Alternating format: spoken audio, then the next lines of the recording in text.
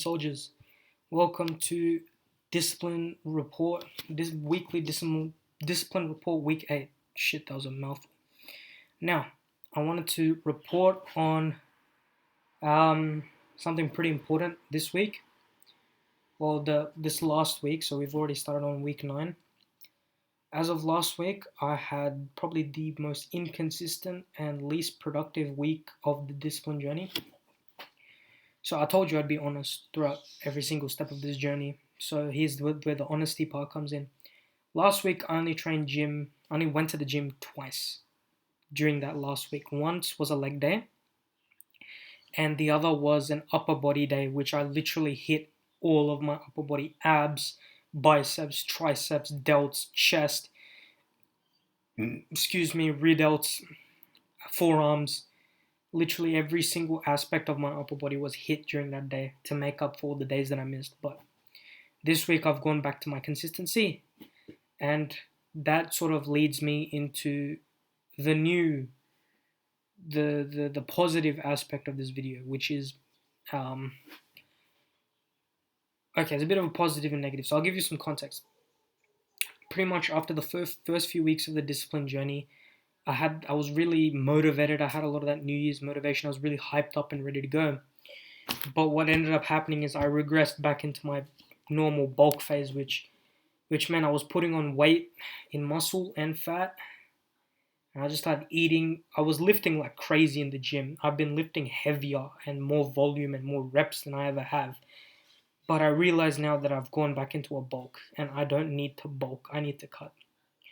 So starting from today, Monday, I've gone back to counting my calories. I'm doing 1 hour on the Stairmaster instead, which is also low intensity steady state cardio, but it's a lot more sustainable since I'll be doing it once a week.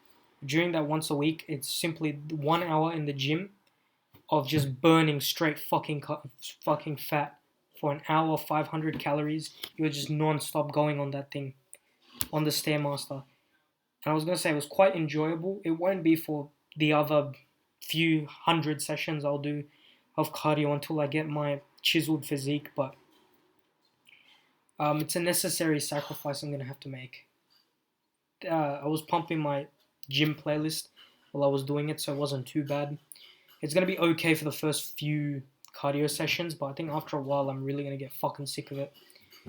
Because every lifter in the gym, all the heavy lifters in the gym really don't like cardio, and neither do I. But it's a necessary sacrifice I'm going to have to make, and I'll make it. Because I really want this physique to work out. I want that nice V taper. I want to look really aesthetic. And then I'll go back to looking big after I've been satisfied with my body. So we're doing counting calories again. We're going down to 1,600 calories instead of the 1,700, seeing if that makes a difference. I've also been recommended green tea by my friends for cutting, so I'm really going to be utilizing that, and also doing the Stairmaster, counting calories, all of that, and a little bit of dieting as well. So I'm going to remove, even though I still have like junk food, but it's very rare whenever my family's eating it. So I'm starting a new, more disciplined cut phase. Like I said, this whole journey of ours is going to be ups and downs. So I'm now coming back from a rut, from a down point. So I'm going to be rising up again. I'm going to be making more progress. I'm going to be achieving more in the gym now on this cut. So obviously my lifts and my strength is going to decrease with this cut. I'm also going to be eating in intermittent fasting, so which means that for me, eating will end at about 8 p.m. So after 8 p.m. I can't have any more food. I'll just be drinking water.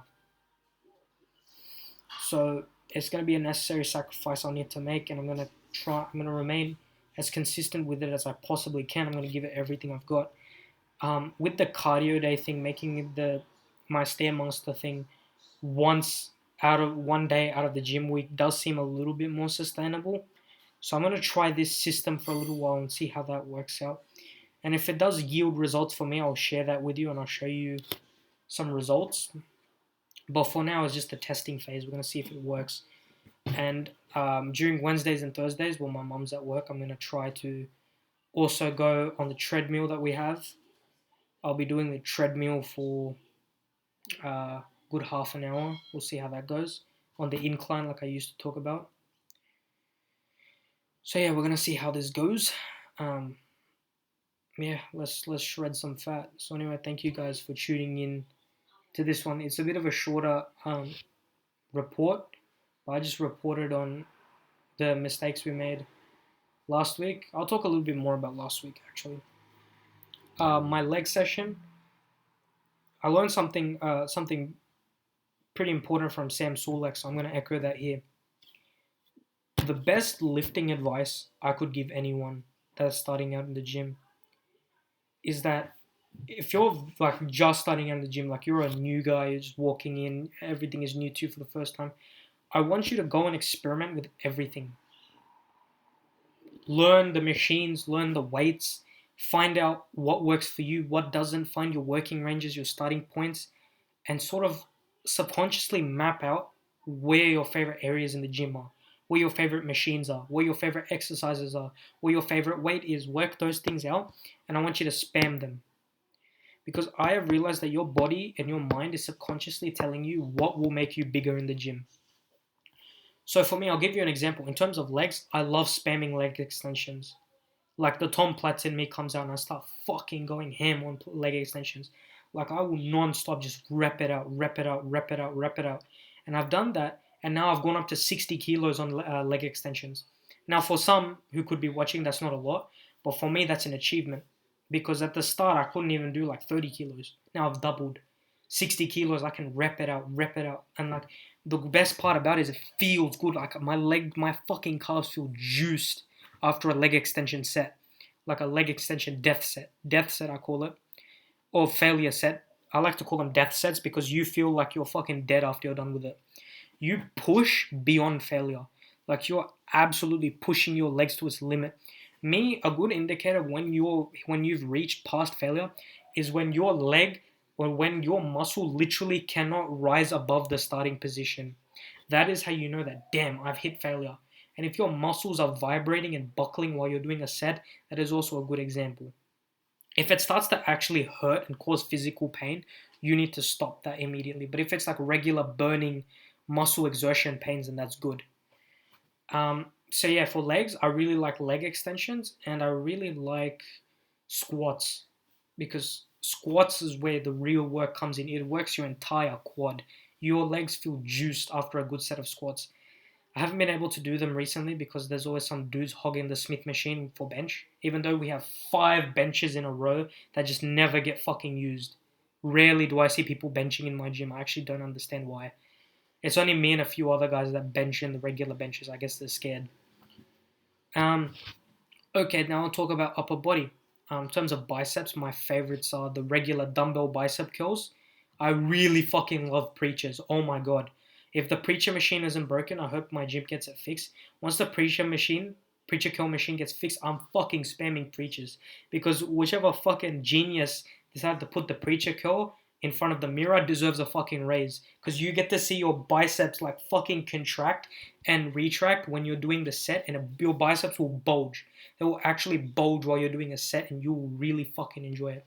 Whichever exercise shows your muscles contracting and bulging during a workout, those I love because you're inspired. You feel energized by seeing your muscles fucking juiced up, pumped literally while you're exercising. You see your muscles and striations move while you're working out. It just pushes you to keep going even further. And that mind muscle connection gets even stronger when you see them move and look good in the mirror. And preacher curls and leg extensions do exactly that. Your biceps are absolutely fucking juiced when you're doing those, and I really enjoy it. Especially if you're bringing creatine during a workout, you will have a beautiful pump, immaculate pump, very enjoyable. Um, for chest, I really like doing pec flies. So these ones, pec flies. And I also really love the bench press. Oh my god. Bench press isn't really strength building. If you want to build strength in your chest, I recommend doing the chest press. Seated chest press works the best, and you can actually really strengthen all of these muscles here, especially biceps as well, because they'll be pushing a lot. Excuse me.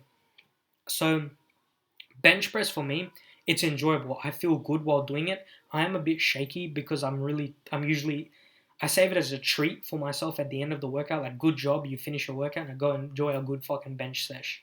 Because I like to take my time on the bench. I really like to get into those reps.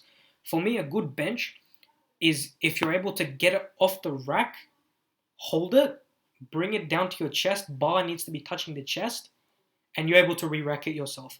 So basically, minimum requirements for a good bench is if the bar touches your chest and you're able to re-rack it. That's how you know, okay, I've hit this weight.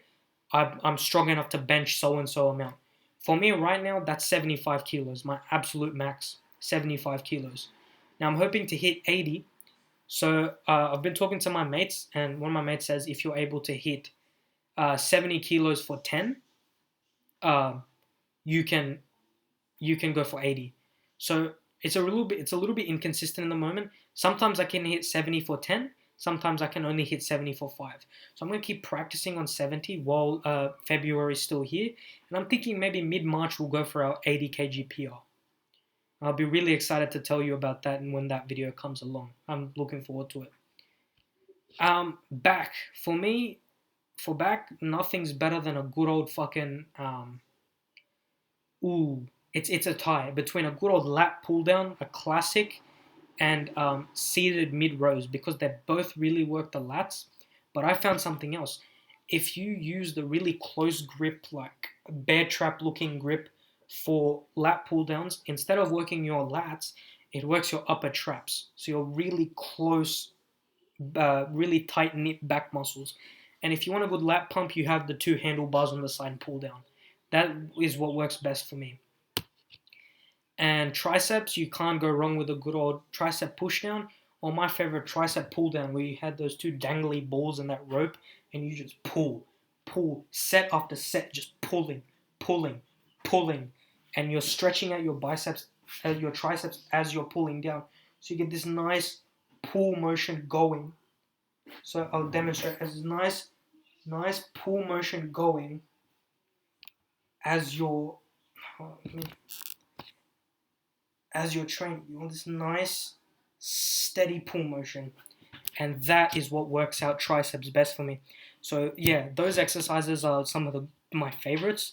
So back to what Sam Sulek was saying, if you find exercises that you really enjoy, I'm telling you, if you pump, just like fucking go crazy on those exercises, monkey brain, not thinking, just fucking going till failure, you will grow. Your muscles will expand. That is how I put on so much size, because I just do exercises that I enjoy. I don't think about routines. I don't think about workout plans. I don't think about science-based lifting. Because like science-based, all right, you're backed by research and calculations. But to be honest, the art of bodybuilding and muscle building is really not that difficult. It's basically our primal human instinct to grow bigger and stronger. Literally just find a workout and a movement that you enjoy and just fucking pump that shit to your favorite music with your pre-workout, and you're having fun. That's the simplicity of the gym. You go in there, you're having a bad day, you get out after having fun. You're in a better mood after you leave the gym. You've had a good time, you've had a good pump, and that is the beauty of the gym, and that is something that I want to share with as many people as possible, because anyone can benefit from the gym, even a fucking couch potato like me. So anyway, that's all I had to report for this week. Thank you again for joining me, and remember to live a life that is truly masculine. See ya.